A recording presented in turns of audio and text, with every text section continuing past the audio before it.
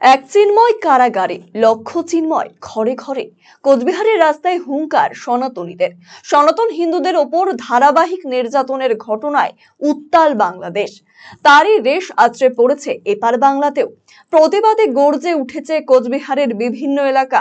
ইসকনের সন্ন্যাসী চিন্ময় কৃষ্ণ দাস ব্রহ্মচারীর বিরুদ্ধে দেশদ্রোহ মামলার প্রত্যাহার এবং তাকে নিঃশর্তে মুক্তির দাবিতে পথে নামলো হিন্দু সমাজ।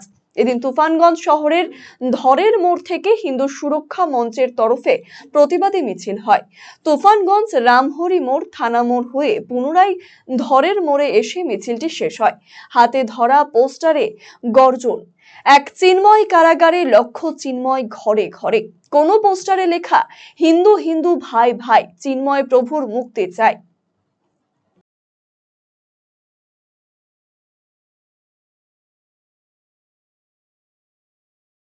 দেশে সনাতনী হিন্দুদের উপর যে পরিমাণ অত্যাচার হচ্ছে, সেখানকার মৌলবাদী যে সরকার, তার প্রতিবাদে আজকে এবং আমাদের যে প্রভু চিন্ময় মহাপ্রভুকে যে অবৈধভাবে গ্রেপ্তার করে রেখেছে, তার প্রতিবাদে তুফানগঞ্জে হিন্দু সুরক্ষা মঞ্চের তরফ থেকে একটি প্রতিবাদ মিছিলের আয়োজন করা হয়েছে।